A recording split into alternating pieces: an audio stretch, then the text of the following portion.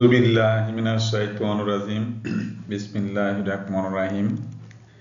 প্রিয় শিক্ষার্থীবৃন্দ, আশা করি তোমরা ভালো আছো। আমিও ভালো আছি আলহামদুলিল্লাহ। আজকে তোমাদের সামনে আবারও নতুন একটি বিষয় নিয়ে আমি হাজির হলাম।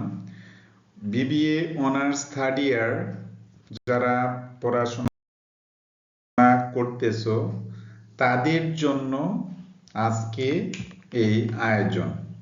এছাড়াও যারা এমবিএতে পড়াশোনা করে, তারপরে এইচএসসিতে, অর্থাৎ এই অধ্যায়টি এমন গুরুত্বপূর্ণ যে যাতে সবার জন্যই কি লাগে, কাজে লাগে। তো সেই দৃষ্টিকোণ থেকে আজকে নতুন একটি ম্যাথমেটিক্যাল প্রবলেম নিয়ে তোমাদের সামনে উপস্থিত হয়েছি। শুরু থেকে শেষ পর্যন্ত যদি তোমরা দেখো তাহলে অনেক সমস্যা তোমাদের কেটে যাবে।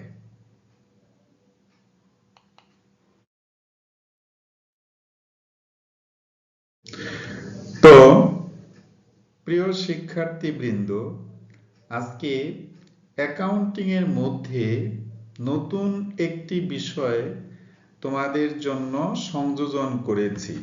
অনেকেই প্রশ্ন করতে পারো যে এই বিষয়টা আসলে কি।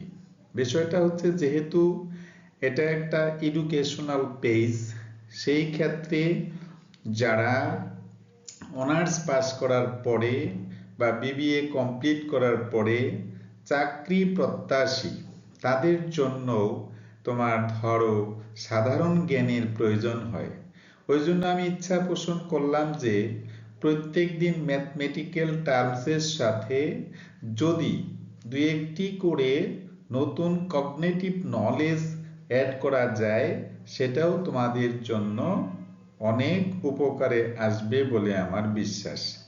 তো এখানে একটু খেয়াল করো, লেখা হয়েছে হুইট এক্সপোর্টিং কান্ট্রি, তার মানে গম উৎপাদনকারী না, এখানে গম যারা উৎপাদন করে এবং রপ্তানি করে এই ধরনের কান্ট্রি কোনগুলো।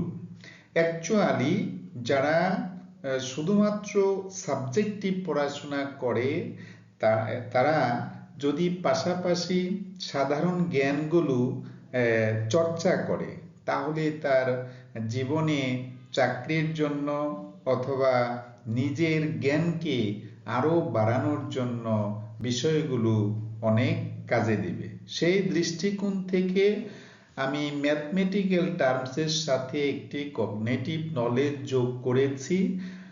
তো এখানে কোন কোন দেশ আসলে গম রপ্তানি করে, ঠিক আছে। তো এখানে দেখো, অস্ট্রেলিয়া আছে, United states, Canada, France, Russia, European union. এই যে কতগুলো কান্ট্রি আছে, এই সমস্ত কান্ট্রি বেশি গম উৎপাদন করে এবং উৎপাদিত গমগুলো তারা বিদেশে রপ্তানি করে বৈদেশিক মুদ্রা অর্জন করে। এখন আমরা আমাদের যে ম্যাথমেটিক্যাল প্রবলেম সেখানে চলে আসব।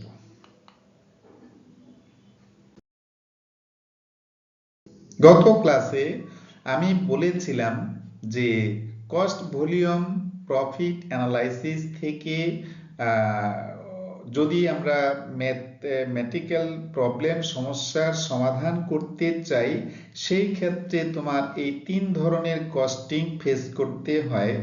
তো একটা হচ্ছে ভেরিয়েবল, ফিক্সড এবং সেমি ভেরিয়েবল। এগুলো কিন্তু আমি গত ক্লাসে আলোচনা করেছি। এখন ভেরিয়েবলটা কিরকম হতে পারে, একটা হচ্ছে মেটেরিয়াল, একটা হচ্ছে লেবার, একটা হলো ওভারহেড। দেখো, উৎপাদন যদি বেশি করা হয় মেটেরিয়াল খরচটা বেশি পড়বে, উৎপাদন যদি কম করা হয় মেটেরিয়াল খরচ কম হবে, আর প্রোডাকশন যদি ড্রপ থাকে তাহলে মেটেরিয়াল লাগবে না। লেবারের ক্ষেত্রে ঠিক তাই, ওভারহেডের ক্ষেত্রেও একই। তো ফিক্সড কস্ট কেমন হতে পারে? ফ্যাক্টরি রেন্ট অর্থাৎ কারখানার যে ভাড়া একটা নির্দিষ্ট সময় পর্যন্ত তোমার ফিক্স থাকবে। আবার গুডাউন রেন্ট যেটা থাকে অর্থাৎ আমাদের যে গুদাম ভাড়া সেটা একটা নির্দিষ্ট সময় পর্যন্ত কি থাকবে? ফিক্স থাকবে। Semi variable cost TNT line যে আছে অর্থাৎ টিএনটি টেলিফোনে যে আমরা কথা বলি তার একটা লাইন রেন্ট থাকে, সেটা হচ্ছে আসলে ফিক্সড, আর তার উপর যে কল রেট আছে সেটা হচ্ছে ভেরিয়েবল। তার মানে আমি যদি কল না করি তবুও আমাকে লাইন রেন্ট দিতেই হবে, যার কারণে এটা হচ্ছে ফিক্সড। আর ফিক্সডের সাথে যত রেটে কথা বলবো, যত বেশি কথা বলবো, খরচের পরিমাণ আমার তত বেশি হবে। এই জন্য বলতে পারি সেমি ভেরিয়েবল কস্টিং মানে অ্যাকুমুলেটেড উইথ দ্য এই ফিক্সড অ্যান্ড ভেরিয়েবল। আশা করি বুঝতে পেরেছ। নেক্সট, ব্রেক ইভেন চার্ট সম্পর্কে আজকে আর তেমন কিছু বলতে চাচ্ছি না, কারণ বিগত 3টি লেকচারে এই সম্পর্কে অনেকবার বলেছি। তারপরও আবার বললাম এই কারণে যে যাতে এই অধ্যায়টি তুমি যদি কমপ্লিট করতে পারো তাহলে অন্যান্য অধ্যায়ের ক্ষেত্রেও তোমার অনেক কাজে দিবে। তারপরেও শুধু একটি লাইন বলে দেই যে এখানে সেলস লাইন এবং কস্ট লাইন যে বিন্দুতে মিলিত হবে তার নাম হচ্ছে break even point.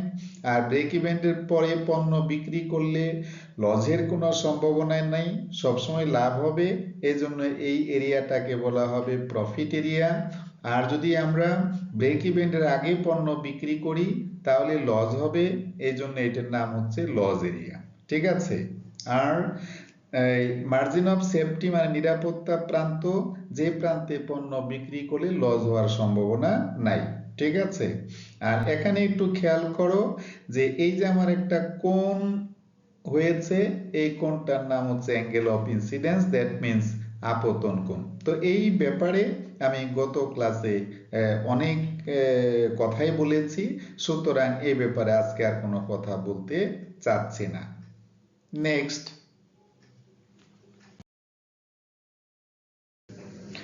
Related target profit, এখানে একটা অবলিক দেওয়া আছে লস। প্রিয় শিক্ষার্থীবৃন্দ, টার্গেট প্রফিট হতে পারে কোনো একটা প্রতিষ্ঠান তারা যদি ইচ্ছা করে যে আমরা খরচ বাদে কি পরিমাণ লাভ অর্জন করতে চাই, তো যে পরিমাণ লাভ আমরা এক্সপেক্ট করি বা প্রত্যাশা করি সেটাই হচ্ছে আমাদের টার্গেট প্রফিট। বাট এখানে অবলিক দেওয়া আছে লস। তো টার্গেট প্রফিট হতে পারে, টার্গেট লস কিন্তু হতে পারে না। এখানে আমি অবলিক দিয়েছি, অবলিকের খাতিরে এখানে জাস্ট লস লেখা আছে, বাট এর মানে কিন্তু এই নয় যে এর নাম হচ্ছে টার্গেট লস, আসলে শুধুমাত্রই লস। ঠিক আছে? তো newly company limited produced ball pen, each ball pen expense material লাগে 3 টাকা, লেবার কস্ট 2 টাকা এন্ড ওভারহেড কস্ট হচ্ছে 3 টাকা। তো ফিক্সড কস্ট টাকা 1,90,000 আর এসপি হচ্ছে সেলিং প্রাইস, দ্যাট মিন্স 15 টাকা। ঠিক আছে? তো এটা আগের অঙ্কটাই আমরা নিয়েছি, শুধুমাত্র একটু সংযোজন করেছি। রিকোয়ারমেন্টে বলা আছে break even point in unit, মানে কত ইউনিট পণ্য উৎপাদন করে বিক্রি করলে লাভ হবে না, লোকসানও হবে না, তার নাম হচ্ছে break even point. Number 2, break even point in টাকা, কত টাকার পণ্য উৎপাদন করে বিক্রি করলে কোনো লাভও নেই, লোকসানও নাই, তার নাম হচ্ছে ব্রেক ইভেন পয়েন্ট ইন টাকা। আগের লেকচারে আমি কিন্তু এগুলো বলেছি। শুধুমাত্র আজকে যে নতুন একটা বিষয় সংযোজন করা হয়েছে তার নাম হচ্ছে, দেখো, ইফ লস অকার্ড টাকা 2,500 how many unit to be sold. তার মানে যদি প্রতিষ্ঠানে অথবা ফার্মে তোমার 2,500 টাকা লস হয় তাহলে কত ইউনিট পণ্য আমাদের উৎপাদন করে বিক্রি করতে হবে। তো তো প্রিয় শিক্ষার্থী বৃন্দ, তোমরা একটু খেয়াল করো তো যে আমার আগের অঙ্কে যেটা ছিল সেখানে ছিল টার্গেট প্রফিট, এখানে কিন্তু কোনো টার্গেট প্রফিট নাই, এখানে লস অকার্ড হয়েছে, অর্থাৎ লোকসান সংঘটিত হয়েছে। যেহেতু লোকসান সংঘটিত হয়েছে, সুতরাং এখানে লোকসানকে ইউজ করে তোমাকে কি করতে হবে, ইউনিটের পরিমাণটা নির্ণয় করতে হবে। ঠিক আছে, তা আমরা নেক্সট পেজে যাই। Break even point in unit, তো আগের মতোই ফিক্সড কস্ট, নিচে সিএম পার ইউনিট। তো এখানে এই 1,90,000 টাকা হচ্ছে ফিক্সড কস্ট, আর সিএম যেটা ছিল 15 টাকা হচ্ছে সেলিং প্রাইস, আর 8 টাকা হচ্ছে তোমার ভ্যারিয়েবল কস্ট। সুতরাং 15 থেকে 8 বাদ দিলে থাকে 7, অর্থাৎ 1,90,000-কে 7 দিয়ে ভাগ করলে 27,143 unit APP.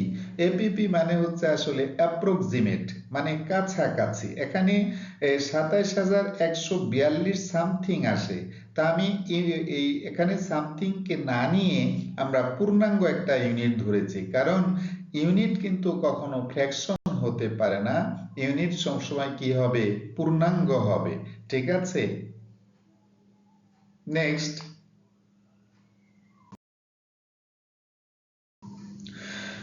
Break even point in ঢাকা, এখানে ফিক্সড কস্ট আগেও করেছি আমরা contribution margin ratio. Contribution margin ratio কিভাবে করি, এই যে contribution margin ratio equal to CM by sales into 100, অর্থাৎ 7 কে 15 দিয়ে ভাগ করে 100 দিয়ে গুণন করলে 46.67% আসবে। সুতরাং 1,90,000-কে 46.47% দ্বারা যদি আমরা ভাগ করি, তাহলে এই 4,08,865 টাকা 94 পয়সা হবে। তো আশা করি বুঝতে পেরেছো। ব্রেক ইভেন পয়েন্ট আমি অনেকবার বলেছি, বিগত ক্লাসগুলোতেও বলেছি। সুতরাং আমরা নেক্সট যে একটা অঙ্ক নতুন ক্রিয়েট করা হয়েছে সেদিকে আমরা খেয়াল করি। প্লিজ নেক্সট পেজ খেয়াল করো। টার্গেট সেল মানে হচ্ছে প্রত্যাশিত বিক্রয়। এই অঙ্কে বলা হয়েছে যে 2,500 টাকা যদি লস সংঘটিত হয়, তাহলে আমাদের কত ইউনিট পণ্য উৎপাদন করে বিক্রি করতে হবে। এখানে একটু খেয়াল করো, ফিক্সড কস্ট থেকে আমরা যদি টার্গেট প্রফিট হতো, তাহলে ফিক্সড কস্টের সাথে টার্গেট প্রফিটটা কি করতাম, যোগ করতাম। যেহেতু এখানে প্রফিট হয়নি, লস সংঘটিত হয়েছে, সুতরাং ফিক্সড কস্ট থেকে আমার লস কি করতে হবে, মাইনাস করতে হবে। বাট এই জায়গাটাতে কোনো অবস্থাতেই টার্গেট লস লেখা যাবে না। এটা হচ্ছে তোমার সাধারণ যে জ্ঞান, এখানে তোমাকে বুদ্ধি খাটাতে হবে যে কোনো একটা প্রতিষ্ঠান তারা আশা করে না যে আমাদের লস হোক, এই জন্য লসের আগে প্রত্যাশিত লস কথাটা অ্যাভয়েড করতে হবে। প্রফিটের ক্ষেত্রে টার্গেট প্রফিট হতে পারে, বাট লসের ক্ষেত্রে শুধুই লস হবে, এখানে টার্গেট লস লিখলে ভুল হবে। ঠিক আছে, তো ফিক্সড কস্ট থেকে লস যদি আমি বাদ দেই, সিএম পার ইউনিট দিয়ে ভাগ করি, তাহলে হয়ে যাবে। তো 1,90,000 থেকে 2,500 বাদ দিলাম, 7 দিয়ে কি করলাম, ভাগ করলাম, কত হলো, 26,786 ইউনিটস এপিপি। এপিপি মানে হচ্ছে অ্যাপ্রক্সিমেট, দ্যাট মিন্স কাছাকাছি। এখানেও 26,785 সামথিং আসে, আমি সেটাকে পূর্ণাঙ্গ ইউনিট ধরেছি, কারণ ইউনিটের মধ্যে কখনো ভগ্নাংশ হয় না। যেমন একটি কলম, এই কলমের কি ভগ্নাংশ হতে পারে, একটা কলম একটা কলমই, দুটো কলম দুটো কলমই। ঠিক আছে, এই জন্য আমি এখানে অ্যাপ্রক্সিমেট লিখেছি। তো আশা করি তোমরা বুঝতে পেরেছো। ভিডিওটা একটু লম্বা হচ্ছে, তো তোমরা যদি ভালোভাবে জানতে চাও তাহলে তো একটু লম্বা করতেই হবে, আর সংক্ষিপ্ত বিষয়গুলো অতি সহজে বললে সেই জিনিসটা আবারও ভুলে যাওয়ার সম্ভাবনা থাকে। কারণ এটা এমন একটা অধ্যায় যেখানে অনেক কঠিন তোমার ম্যাথমেটিক্যাল প্রবলেম তোমাকে ফেস করতে হবে। তা আমি অনেকগুলো ম্যাথমেটিক্যাল প্রবলেম অলরেডি শো করেছি, যার মধ্যে ইজিও ছিল আবার হার্ডও ছিল। তো আস্তে আস্তে তোমরা যদি প্রত্যেকটা লেকচারকে অনুধাবন করতে পারো তাহলে আমার মনে হয় যে কস্ট ভলিউম প্রফিট অ্যানালাইসিস নিয়ে তোমাকে আর কখনোই সংকটে পড়তে হবে না। তো প্রিয় শিক্ষার্থী বৃন্দ, আজকে আমি এই বলে শেষ করতে চাচ্ছি। প্লিজ যদি তোমাদের ভালো লাগে অবশ্যই লাইক, কমেন্ট এবং শেয়ার করবে। আর যদি কোনো ত্রুটি থাকে তাহলে অবশ্যই আমাকে জানাবে। পরবর্তীতে ভালো কোনো ভিডিও নিয়ে আবারও তোমাদের সামনে হাজির হব। সে পর্যন্ত যে যেখানে আছো ভালো থাকো, সুস্থ থাকো এবং নিরাপদে থাকো। আসসালামু আলাইকুম ওয়া রাহমাতুল্লাহ ওয়া বারাকাতুহু।